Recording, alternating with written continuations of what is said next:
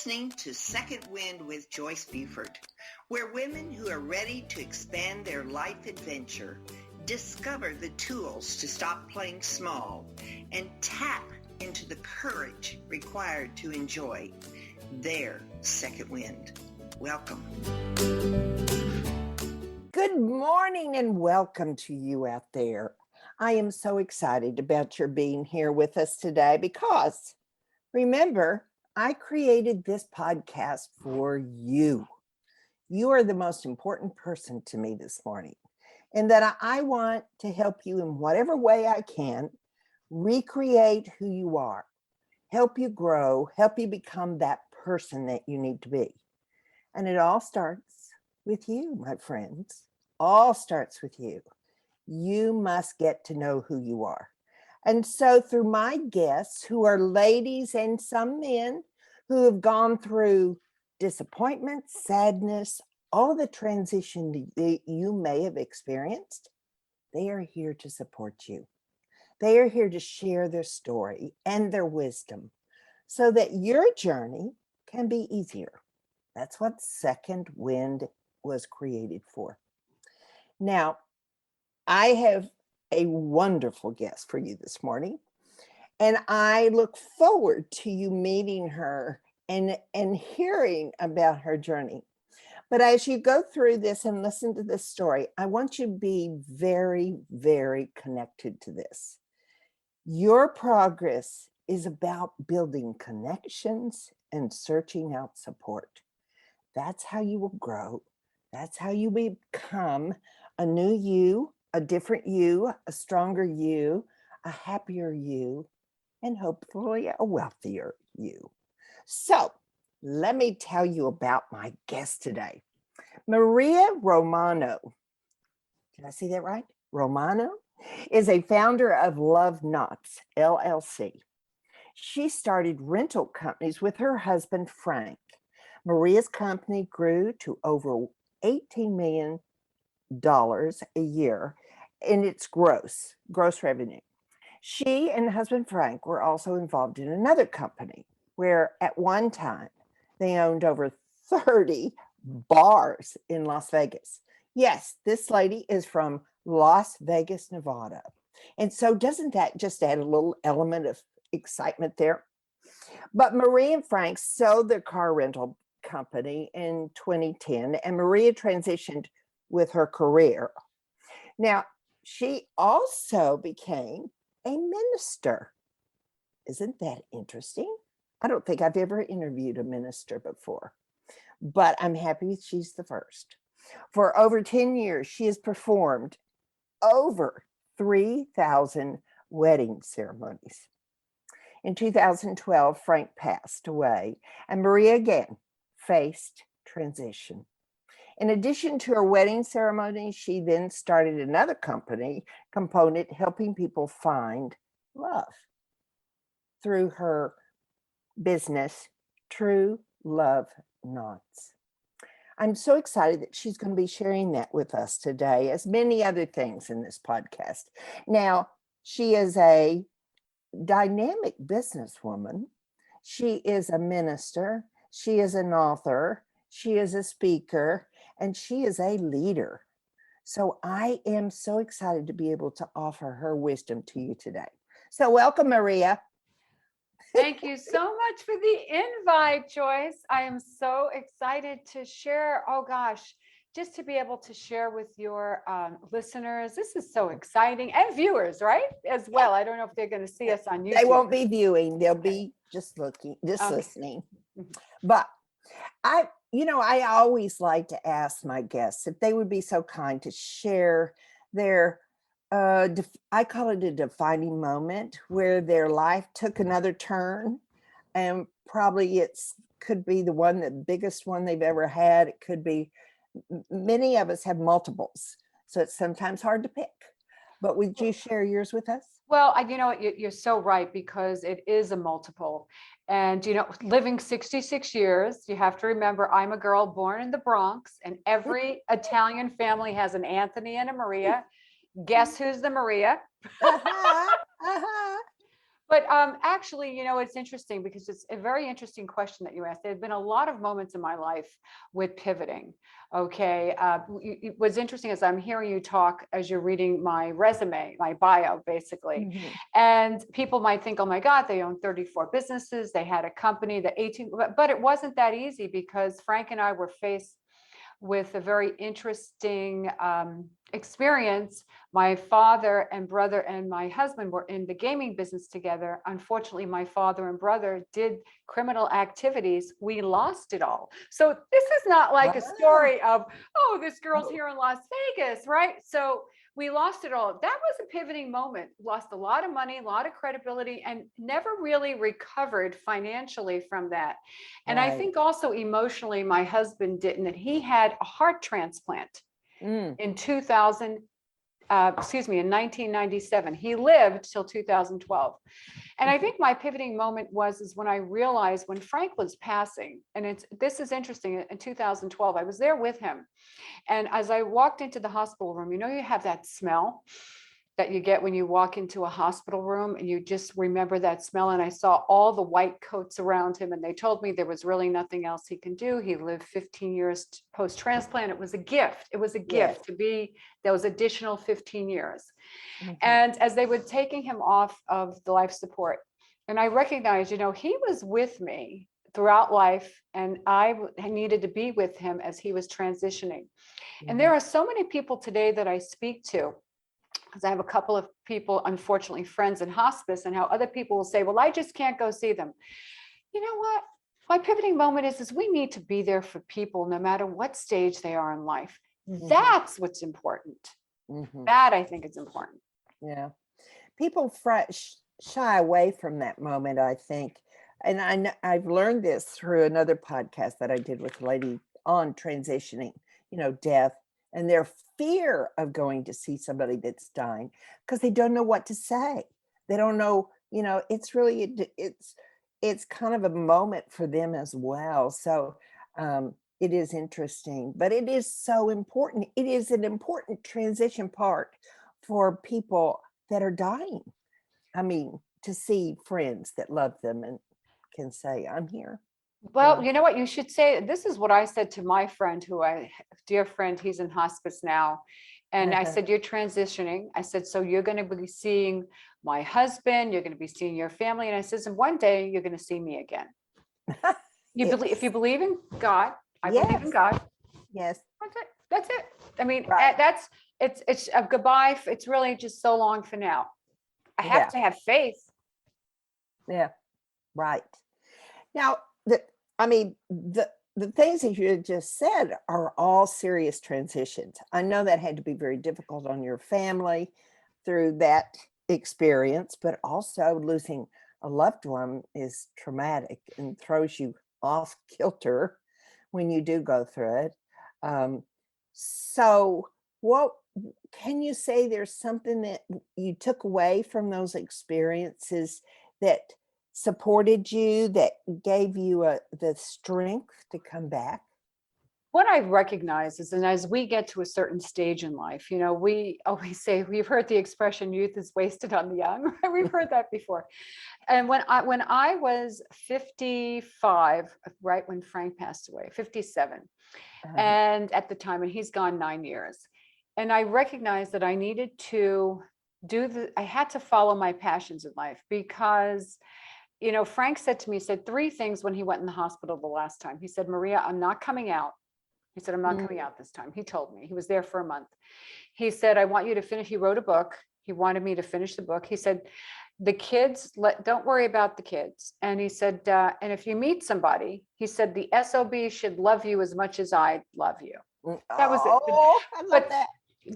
that's something too, I think, as people are moving forward in their life with the transition. And I recognize that everything I've been through, I am a lot more present and aware of everything I'm doing, Joyce, day by day at this stage of my life than I was. I think we're busy, right? As women, we talked about this yesterday. We were multitasking. right? You were fixing something in your house. I was talking to you, we're doing three different things. Right. And it's important to take each moment and be present with them, but enjoy that moment. So I've gone through several transitions since Frank's death that have transitioned me. But I have to tell you, the best gift that I have right now is my health. And I don't care what anybody says, is I'm healthy. And that's the main thing as we get a little older, taking care of ourselves. Right, right. Moving to, well, health certainly plays a big part in your life now because you are a very busy lady. And one of the things that I wanted to talk about is your position as a minister, how you made that decision to become a minister and how you use it. Interesting. When in 2009, we had sold our rent-a-car company and we had just really got out by the skin of our teeth, just paid off the people we owed. It was like, okay, but now I need to do something. I went to a friend's wedding at the Las Vegas Country Club here in Las Vegas. Now you have to remember, Las Vegas, we average about 80 to 90,000. We've peaked over 100,000 ceremonies a year. Just in Las, that's huge. It's huge. There was this woman and she was the celebrant.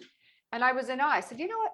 That's what I want to do. I want to do something that when I walk into someone's life, I'm going to impact them on the happiest day, one of the happiest days of their life. Yes. Right? It's usually the happiest day. So I felt like, wow, that was a calling. And it took me from 2009 to 2010. It was not easy, Joyce, here in Las Vegas, because you had to find a religious organization that would ordain you. You get ordained online. I'm not saying, but it took a little time. Then I was trying to put together like a ceremony and what to do. I was reaching out to different, nobody wanted to share anything with me. They're just they guard their, oh gosh, the ministers were guarding their business to their vest. And they didn't want anybody interfering or anybody else with their territory. Right. I had neighbors across the street that did hair and makeup. So they helped me. We put together, we staged a wedding in my backyard. We did a CD because that was 2010. Then I went out and I put together a little marketing kit, put on my heels. I went up and down the strip to every hotel, every chapel.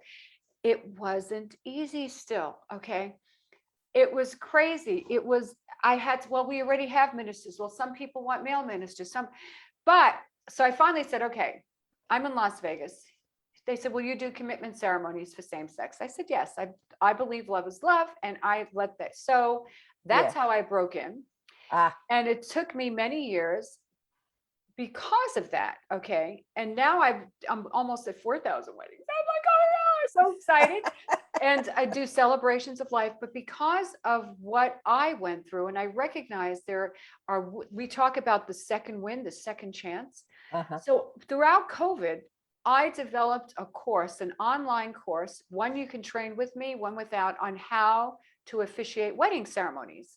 So that men and women, but it's mostly women right now that want to take my course because they want to have fun. They want to impact other people's lives on this and make money. So they can, when they finish my course after 3 weeks, they can start their own business. They can start their journey. And right now, I think with us, we were sequestered for so long, right? As you know. And a lot more people now, and we're used to this digital, but a lot of us want to get out there. So I want to help. My goal is to help as many men and women start their own business, have another revenue stream, and do what I do. Yeah. And frankly, I rather them do what I do because then I can spend more time with my loved ones. I rather try. But you understand. I mean, you get to a point in life, you've got to share your knowledge. That's what you're doing. You're sharing your knowledge. You're there to support your listeners. Now, I want to talk about something that just popped in my mind when you were saying you met resistance. And we know the struggles that many women have had getting into what we consider a man's world. And so was there that? Was it the female male issue or not? Oh, let me tell you, it's interesting because, well, yes. So even today, I will be booked for a wedding at a chapel, and they'll call me and say, Maria, my told it. They'll say, Maria, they prefer a male minister. Okay. I mean, if somebody feels that that is going to absolutely make all the difference, Mhm. I totally respect that. And I think that's Right. important with anyone. However, I have had situations where the bride will say, but I expected you to be a male. I thought your name was Mario, not Maria. And I'll say, you know what? I said, I understand I'm here right now. If you want to postpone your wedding, and you know what? I've never had anybody afterwards. They come up to me and said, my gosh, you did a great job. You really have to love what you do. And I got to Mhm. tell you, Joyce, I was in the rental-car business with my late husband for many years, Mm. male-dominated industry. Oh my Mhm. God, Yeah. male-dominated. And it was an industry I liked it. I did well, but I wasn't my passion. This I love.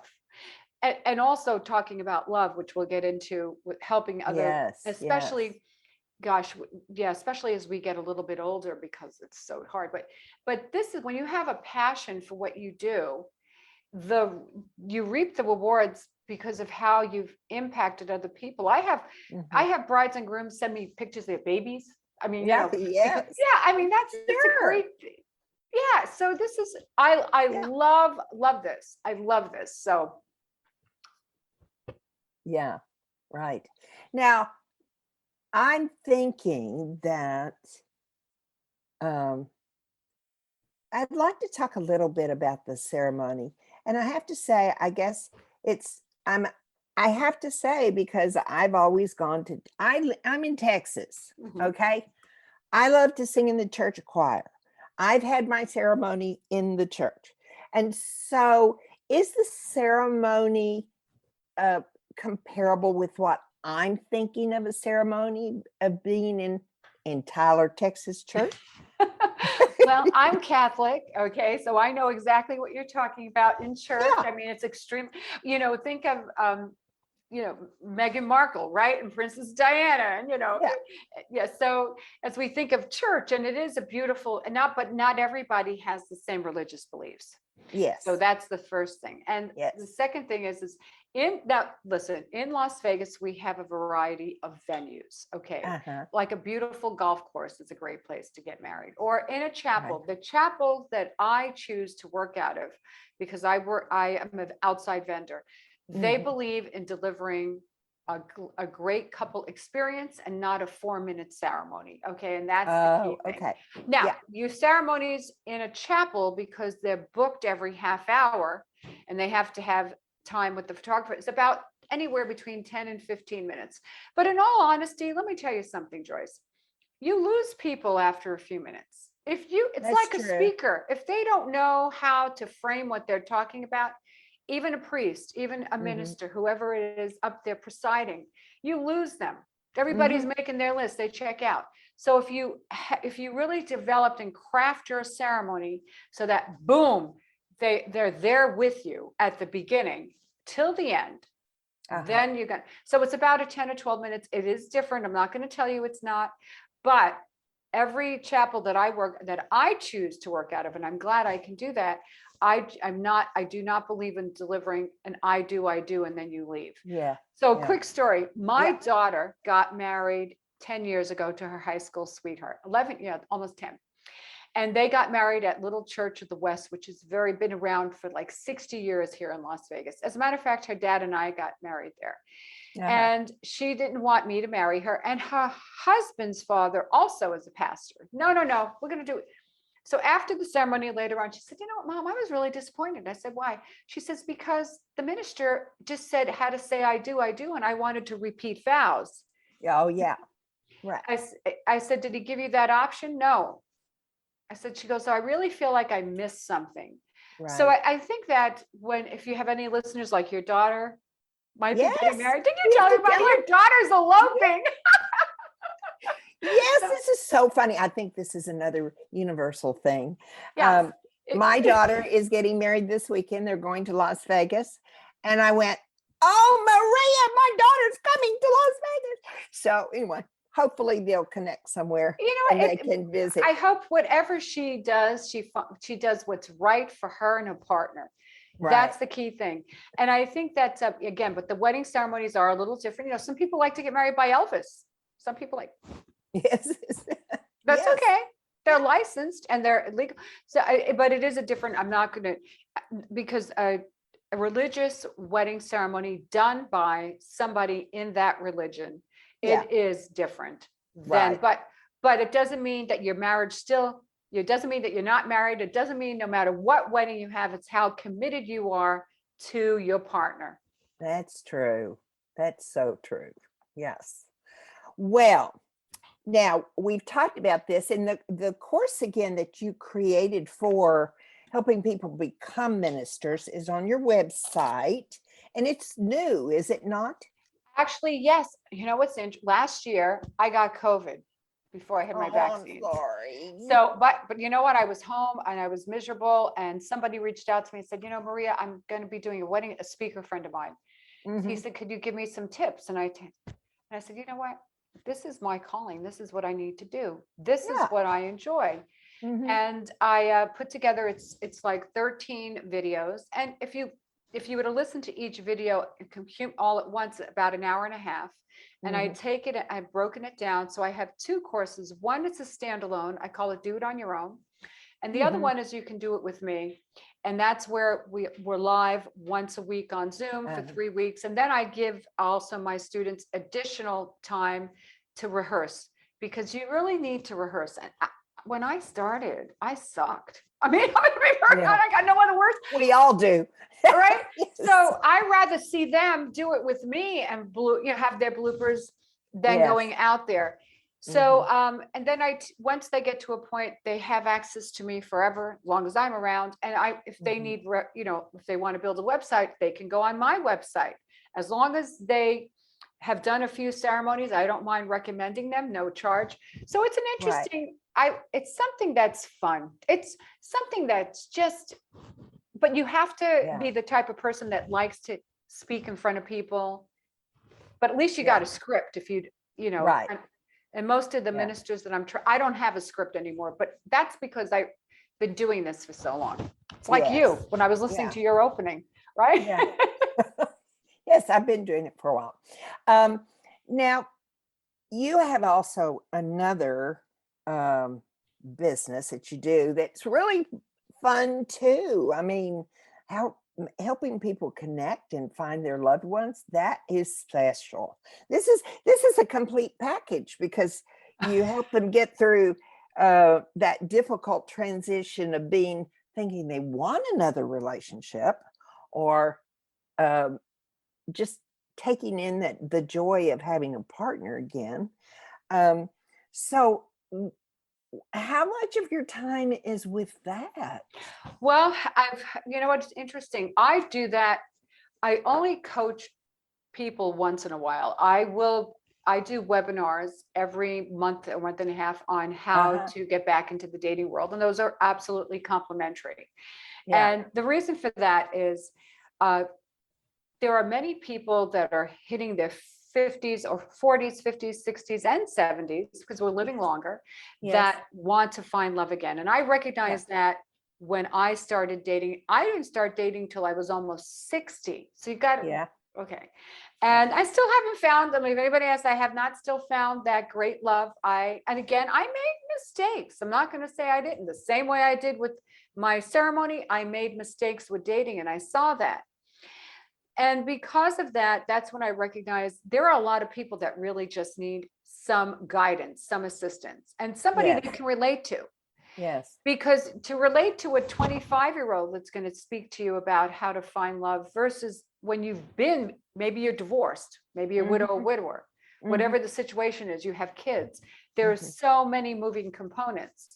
So that's where I recognized that there was a need. So I have a few components. I tell people that what happens is when they get back into dating, there's this boomer's adolescence that occurs. Okay. That's because they don't think. They don't think. Their hormones are going too. And what happens is before you even meet somebody, because you have a few different ways of meeting people, right? You can either friends that'll introduce you, maybe at work, at social functions. And then of course there's online, which is new. That was new to somebody like myself that was Right. married 30 plus years. Yes. So, but everybody kept saying it, and it is the way of the world. Now, I've met so many people that I've married, Joyce, that are my age and older, a little younger, that have met online. Yes. So very quality individuals. Of course, you've got to watch yourself, because there are people out there that are scrupulous, that are going to want money. They're going to take advantage of you. You just Right. need to know how to be aware of it and not allow a profile to get you to the point, oh my God, I have a friend. I love her. She's an accountant, smart. Even before she meets, she'll say, oh my God, I'm speaking to him online. He's everything. All we do is text. And now he needs money for his daughter. And Oh I'm no. thinking to myself, are you kidding me? Are you kidding? Oh no. Red He'll flag. call me and say, what do you think? I said, now, what do you think? If you take yourself out of your shoes, what would you tell your best friend? No. Yes. Yeah. And That's really a pretty famous scam, actually. Oh, it still happens too. Yeah. But what's interesting? COVID has brought about a different, first of all, COVID, they have seen a huge increase with online dating. And even now, even though we're hopefully, I pray that we're going to be past this anyway, but to make a long story short, it's still, people are connecting more. They're not rushing. I mean, even when they meet each other, and they're not rushing to automatically get intimate. They're taking their time, and you need to, because I think there are more people that are serious about finding a partner than just playing the field. That's what I think has occurred. And also there's been a rise. It's interesting. There's been a rise and uptick of millennials and younger getting married, because they didn't believe in it. And they would meet somebody, have children, right, buy a house, then maybe get married.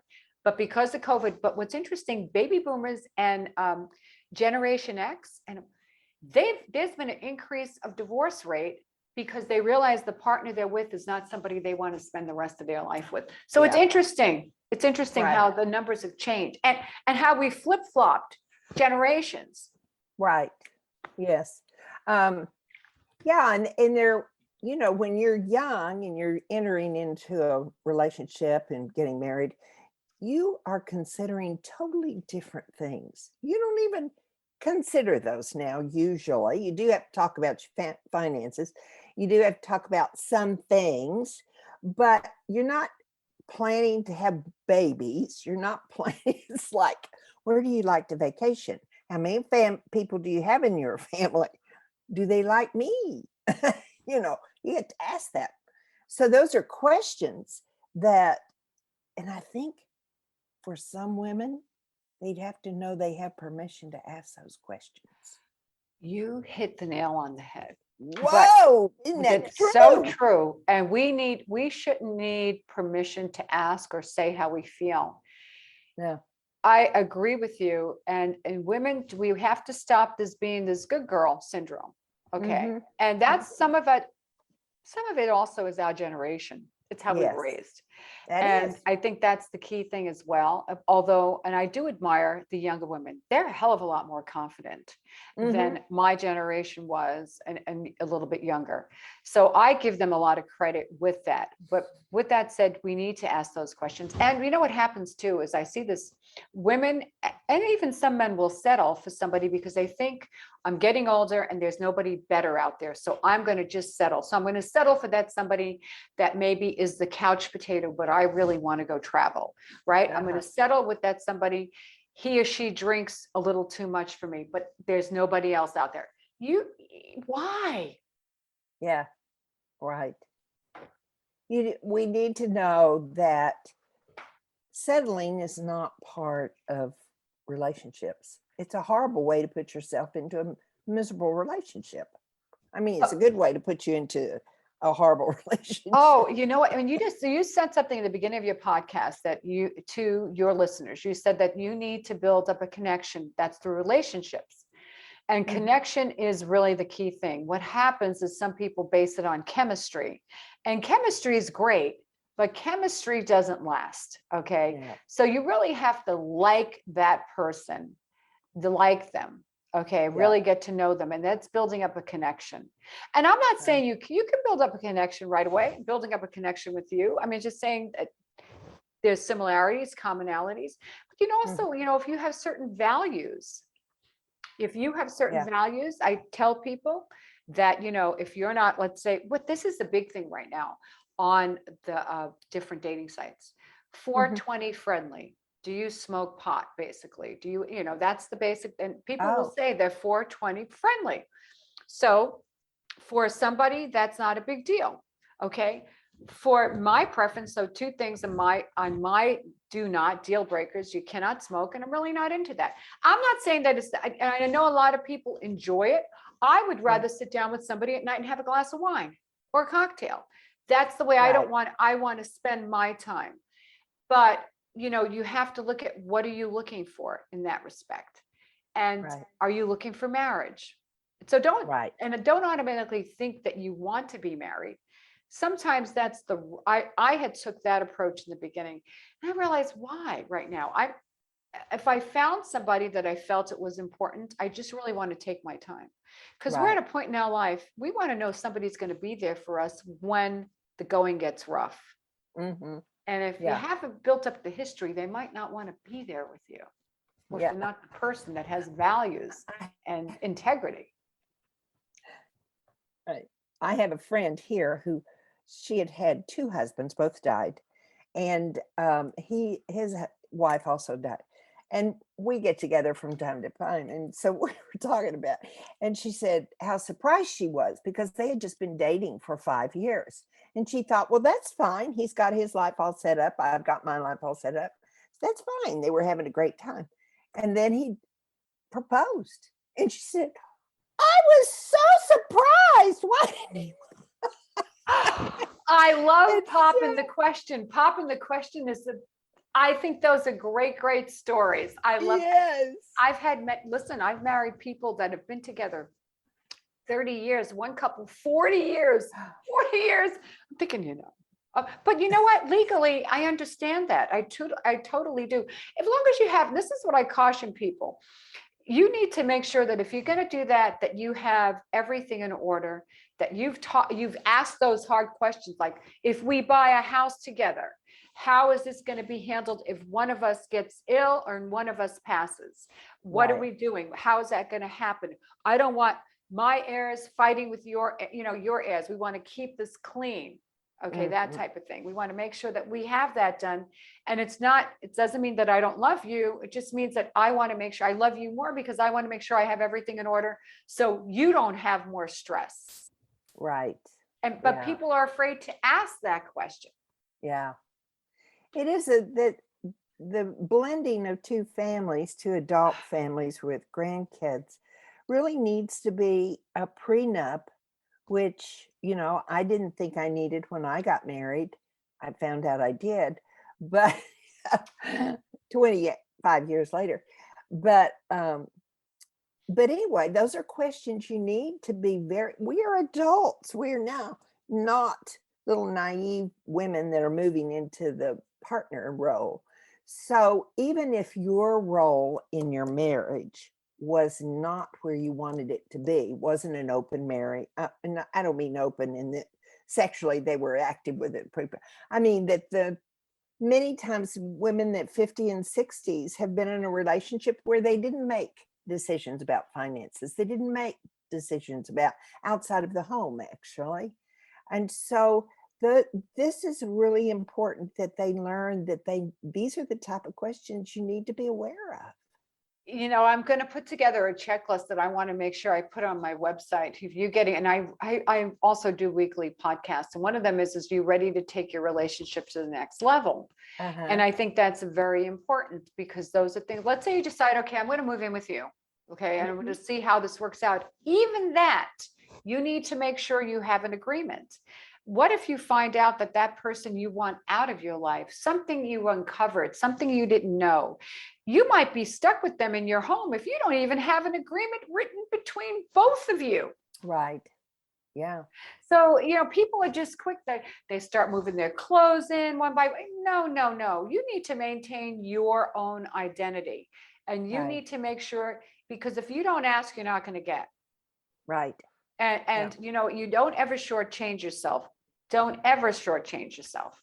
Mhm. God didn't shortchange you when he made you, and there's no reason you should continue to do that throughout your life. Right. Yeah. Yes. I call that another thing. I think there is the agreements, and then I think, and this is another form of agreement, certainly, but sometimes it's easier to understand this. We understand boundaries. What will I accept and what will I not accept? And just getting those boundaries out on the table is huge for some people. But they need to spend time thinking about it while they're sitting with nobody in their future. What do I want and what won't I take? It's interesting. I'm going through that myself. I'm saying, okay, when am I going to meet somebody? When do I have the time? And then I'm thinking, okay, I got to just make my list and figure out if I do meet somebody, I've got to make the time. Now, you probably have a lot of busy women too, that maybe they're busy with their families, they're getting ready to volunteer, or they're starting their own business, or whatever it is. And, dating is something that it's in the beginning, it's a little work. I'm not going to say that it isn't. It is work, because you kind of have to weed out. But then when you decide, okay, this is somebody I'm going to, I want to date them exclusively. And you really want to make sure that you want to share things with them, but you don't want to share everything in the beginning. That needs to be earned. You got to know that you can trust somebody with what you're sharing with them. And sometimes people just they just feel like, oh, I like this person and I'm going to tell them everything, and that could be the biggest turnoff. Oh my gosh. Yes. Yes. Yeah, I've had men tell me how they've cheated on their wives, and I'm thinking, and you think I want to be with you? Yes. Okay, Yes. because don't tell me that. And I had women have told them, going, okay, listen, if they've done it, I mean, unless maybe they've realized that they did something, and they more or less kind of repented and done their penance. Right. But it's so interesting. Yes, yes. So I wanted to share this because this had popped in my mind when you said that. One of the women that I have worked with before believes that it's important to see how a possible partner that you like would take an inconvenience. So let's say you make plans to go to this one restaurant. It's maybe a little louder. It's a different type of evening. And while you're driving there, you just say to this man or woman, I'm not really feeling like going there. Could we go to someplace quieter, or whatever it would be? But it's like putting an adjustment in there for that partner to play with. How are they going to react? Are they going to be upset? Are they going to be frustrated? Or are they going to go, sure, whatever you want? I mean, Well, I like the isn't last that answer. important? Yeah, I like the last answer. Sure, whatever you want, because you know what, you need to be flexible. Yeah. And you have to be respectful of what your partner's needs are, especially, it doesn't matter whether you're in the relationship for a short period of time or a long period of time. My late husband, certain restaurants, because he had a bit of a hearing problem, we had to think about where we went to. It's not a big deal. As long as if I had a good meal, and even if I didn't have a good meal, it didn't matter. I was spending time with him. And I think that's the key thing is that people need to take that in perspective. As long as you're spending good quality time with each other is what counts. But flexibility is key. And one of the things, the best way is to travel with somebody, because you know that there are always delays. What if there's a delay in the flight? What if you don't make, how do you handle that? Do you get all upset? Or do you say, okay, this is what's dealt with me, so what can I do to work my way through this challenge? Right. I don't like somebody that flies off the handle. And I'm sure if I ask your listeners, how many of you, right, like that? I don't like it, because that means they can be that way with me or my family. Right. Yes. I've been in airports where I've seen really bad behavior. Bad And behavior, right? yes, and we seem to be right now. I don't know if you've noticed this, probably with the volume of people that come through Las Vegas. You probably seen a little of it, but we're so entitled now. We feel like we're entitled to have first service, to have everything we want right now. And it's just amazing. Well, we've done that, I think, especially through technology. I Ah, mean, look at what we've done with this, with the technology. Everything is instantaneous. And yes. that's right. And even with relationships, that's what's happening too, is sometimes I've married lots of people throughout the pandemic that they don't know each other long enough. They might have Mhm. spent a couple of months cohabitating because of the pandemic, but that certainly these are circumstances that are definitely unique in some respects. Mhm. So as we get back into the world, so you're right, we're so used to that instant gratification, and that's what happens. Let's face it. Look at Southwest Airlines. Last weekend canceled a plethora of flights. How do people Yes. handle it? So I just think, it's interesting. I think you need to think about that when you're looking, when you're spending time, because it's not in a profile. Even if you meet somebody now, if you meet somebody through a friend, they sort of know a little bit about that individual, which Yeah. gives you a head up. And I always tell any of my people that listening to me, my clients, is you need to not just rely on a dating site, or people go to matchmakers and they Yes. don't realize that a matchmaker only sends you a match once every maybe 4 to 6 weeks, maybe. And they get a Oh. lot of their clients through the dating sites. They poach them that way. So you need to be actively, you just can't sit Oh. back and say, I'm going to wait. You need to actively go out. And if you can meet someone through a friend Mhm. or through getting to know Mhm. them through work, you have seen them in Mhm. situations. You have. So, and it depends. I mean, people, you just never know where you're going to meet somebody. I mean, it could happen anywhere. I Mhm. actually married a couple a few weeks ago. And Joyce, I said, how did you meet? She goes, 7 years ago, we were both homeless on the streets. Oh, I and they're was, much different today. I was They've had flabbergasted. support. Yeah. Yes. Obviously, they were unfortunately both had addiction problems. They've Uh-huh. overcome them. They've seen each other at the best, the worst, and they've made it through. They've been 7, 8 years. I was so it was just, yeah, it was just a gift. I think it was Yeah. good. It was good for me too to Yeah. see that. Get you back to, we need to be there to Yeah. help people. So yeah. Right. Awesome. I like that. That's what relations are supposed to be, right? Support. Yeah. I like it. Support. Yep. It's true. Right. Now, let's see. We've got a few questions. Do you have a question? Oh, you know what I'd have on my list? We talk about that list of wants. Oh gosh. They have to have we've talked a little bit about it, but I want to laugh. I want to laugh with my new partner. You know, somehow I got out of laughing in my wedding, in my marriage. And so that's really important. You have to. I just did a webinar, and if just tell them, if anybody wants, they can follow me. I do webinars every so often Yeah. online. It's just great Well, how'd you information. share that with them? How do they follow you? Taking True Love Knots, KNOTS, right? And they can subscribe to my YouTube or follow me on Facebook or Instagram. And Okay. through that's the best way, because I promote those and they're complimentary. But one Yeah. of the things I just went through, I just did a webinar, and it's important that you need to have now, what are your must-haves in a relationship? You have your deal breakers. Everybody has their deal breakers, but you Right. need to really list out what your must-haves are. Somebody, it might be somebody that has a lot of integrity, right? Because what Yes. you say needs to match what you do. Yeah. How many Right. times somebody is just lips? We see this in business.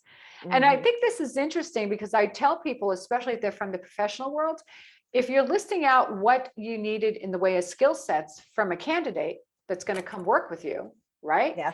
The Right. same thing when in a relationship. So you just shared something. You want somebody, how do they handle difficult situation? Yes. Okay, how do they handle that? And you might want somebody that is family oriented. You got a family, you're not going to eliminate them from your life, right? Those are not so much. And you hear people who say, well, I want somebody taller than me. I want somebody, you know, that's really fit and active. Well, yes, I want George Clooney too, but he's taken. He's taken. And that's what happens too, is we also base it upon too much on how somebody looks. Yes. And how many times have you had friendships with people in your life that if you were to, they might not be the most handsome or the prettiest, but they're beautiful because of their who they are. And that's what I always tell somebody. You need to have a 3-date rule. Give somebody at least 3 dates to see. The same thing if you were interviewing somebody for a position. You might not just be one interview. Right. And then introduce them to your friends, because your friends will tell you. I hope your friends they'll will tell pick you. up other things, won't they? And your family. The family is the last one, but that's when you're ready to you bring somebody in. You really should have a good handle on who you think that person is, even if it's not somebody you're going to spend the rest of your life with. You don't want to be moving partners in and out of your life. You know, oh, mom got a new girlfriend or dad got a new girlfriend this week. And, you know, it's just, it's something I think that you really need to take. You need to put a preference and boundaries on your own time and the quality time. And when you're doing that by putting your list together or your must-haves, you're not wasting time. Okay. You're making sure you're picking somebody that's important in your life. Religion might be important. Politics might be important. There's a lot of different things that come into play. Right. Yeah. Yeah.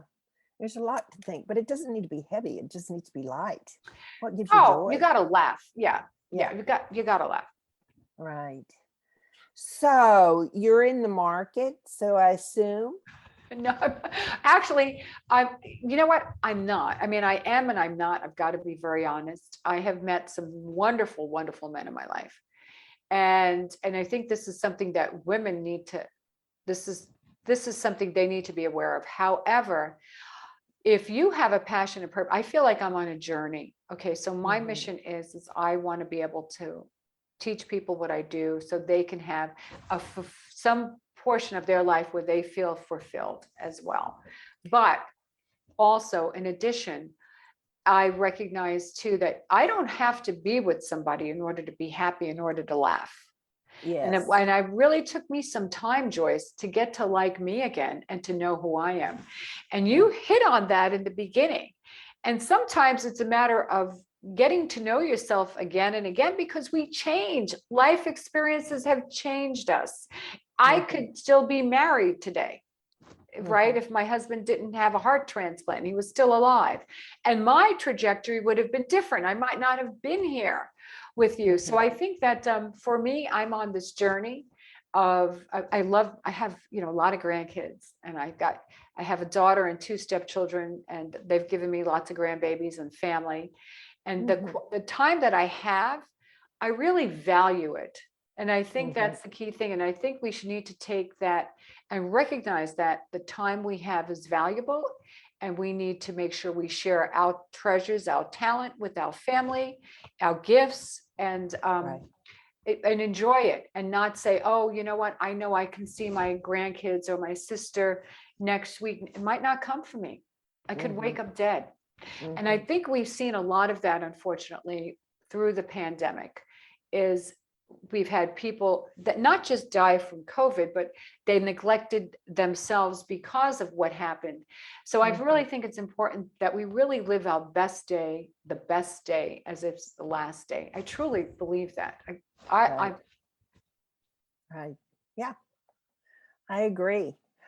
We've seen so many people pass this year in the last 2 years. So I know we've all been touched by a few, you know, that have left us. But as you say, we'll see you on the other side, not glibly, but we know that. And you know, so it is but it is a knowing that we know that we will see them there. wonder what we'll look like. Will we be younger? Will we? You know what? I don't even think of it, but I always feel comfort. And I don't know how many people listen that are religious, but Yeah. there are times, and I don't care, especially as women, okay, we just self-sabotage ourselves, right? We just beat ourselves up. And I think it's important to understand, oh, and we might think, who loves me, right? I've gone through Right. that. You Yeah. know what? I really always feel that God has a purpose and God does love me. And God, and if there's things I need to change in my life, I need to just open up my heart and allow the wisdom to come in so I can make those changes. Yeah. So yeah, and I never usually talk about religion, but I feel like I can on your platform. Sure. And I just think that and I believe in some higher purpose. I'm sorry, if you were to really dig deep, how did we get here? How did we get here? Yes. So I don't know, but it doesn't matter. I leave it up to the God and the universe, and that's it. Yeah. Well, we're getting close to the end of our time together, but I have to share with you that it's fun to be or to interview somebody that has your energy level. Thank you. You are a businesswoman, and I can tell it. And I think that's a wonderful quality to have. I know you've just your mind works all the time. I might be exhausted if I came to visit. I No, would not go to the gambling. no, but I don't gamble. You come visit me in my house and we have Gaza Romano, call it Gaza Romano. You have a glass of wine and I will sit down and chill. Oh, good. That's great. Well, hopefully you'll get to visit with my daughter as she comes out there this week. Please tell her to call me if she has anybody that's looking to get married.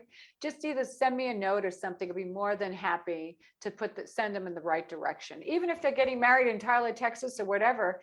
If they just want, there's I have on my website 100 ceremony ideas that you can put into your ceremony. I mean, there's so many. Yeah, exactly. There's so many things, freebies. Cool. It's important.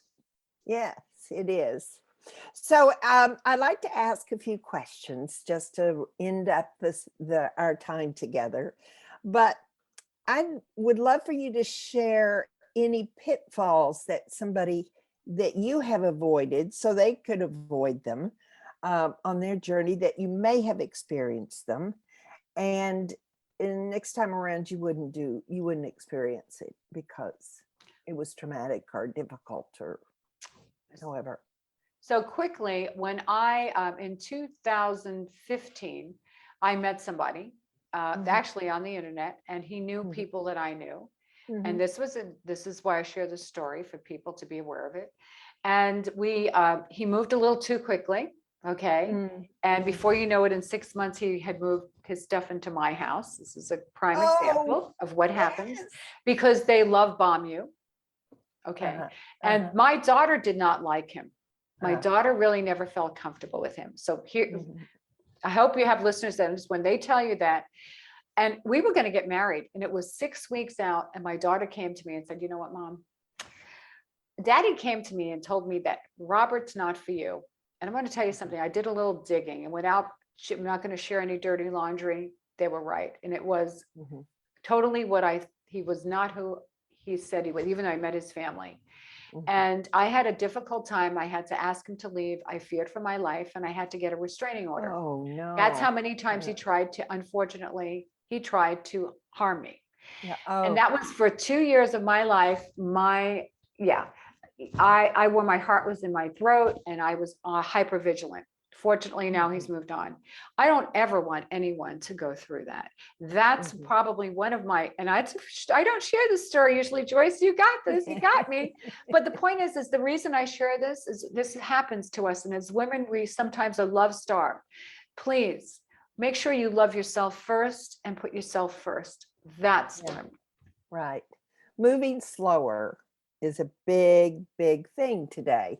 And it's always been there, I think, but it's even more stressed because of the way we meet and interact with these days. So what is your next question? What is your greatest success?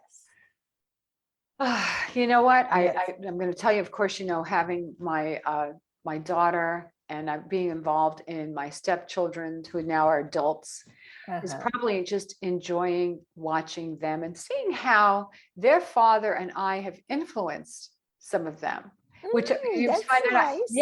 Yeah, when you think about that. So I have to say that's probably my greatest success, is I have to say that. And hopefully 10 years from now, I'll say that I helped lots of people do what I do. Oh, yes. You've given us. I really encourage them to go to your website, which is True Love Knots, KNOTS.com. And there they're going to see lots of good, wise information and suggestions, as you've said. And then I'm a YouTube person, more than a Facebook. I don't know why. I just settled into YouTube, but I'll see you on YouTube. Got a lot of videos, and especially people getting married and also for Uh-huh. relationships. So it's important. Yes. Yeah. I'm a big YouTuber. But anyway, this has been so much fun. We have shared from all the nuts and bolts about transition, business, marriage, ministers, da. So it's packed. But it was a thrill meeting you. I do believe that it would be great to have coffee sometime just for us, but or a glass of wine. Because I'm certainly up for that as well. But anyway, thank you for what you do. I mean, it makes a difference. You're sharing your experiences, you're changing lives. You're doing it with such a beautiful smile. I get the benefit of being able to see her on Zoom. You all will hear her, but you can hear her in her message. You can hear that joy that's in her life. So I thank you for being here. Oh, thank you for inviting me and giving me the opportunity. Thank you for what you do. You're taking people's messages and sharing them to your listeners. Yeah, thanks. So, I always like to finish up with a little homework assignment, play work, whatever you want. They always try to change that word because we can relate it to our school experience. But it's really important to reach out to our friends, to keep the connections going and the support. You never know when your friends need what we have talked about here today. They need to open the door. They need to heal their heart. They need to move forward. They need to look at maybe visiting Las Vegas and meeting our guest, whatever it could be. But you have the opportunity to do that today. So I hope you will think about your friend, think about what you need to act on in this show, and you'll reach out to myself, Joyce at secondwind.com, or you'll reach out at gmail.com. Sorry, secondwindwithjoyce@gmail.com. Okay, I'll get it in a minute. But please reach out to us. Go to Maria's website, look and see what she's got and share it with people. So thank you. Thank you. This week could be a big change for you. So thank you for being here. Have a great week. And I look forward to seeing you next week or talking with you next week. So thanks. Joyce Buford returns next week at the same time for another edition of Second Wind.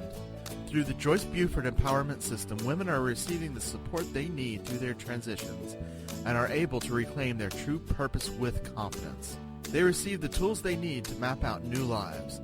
You can find out more about her coaching services at joycebufordempowers.com.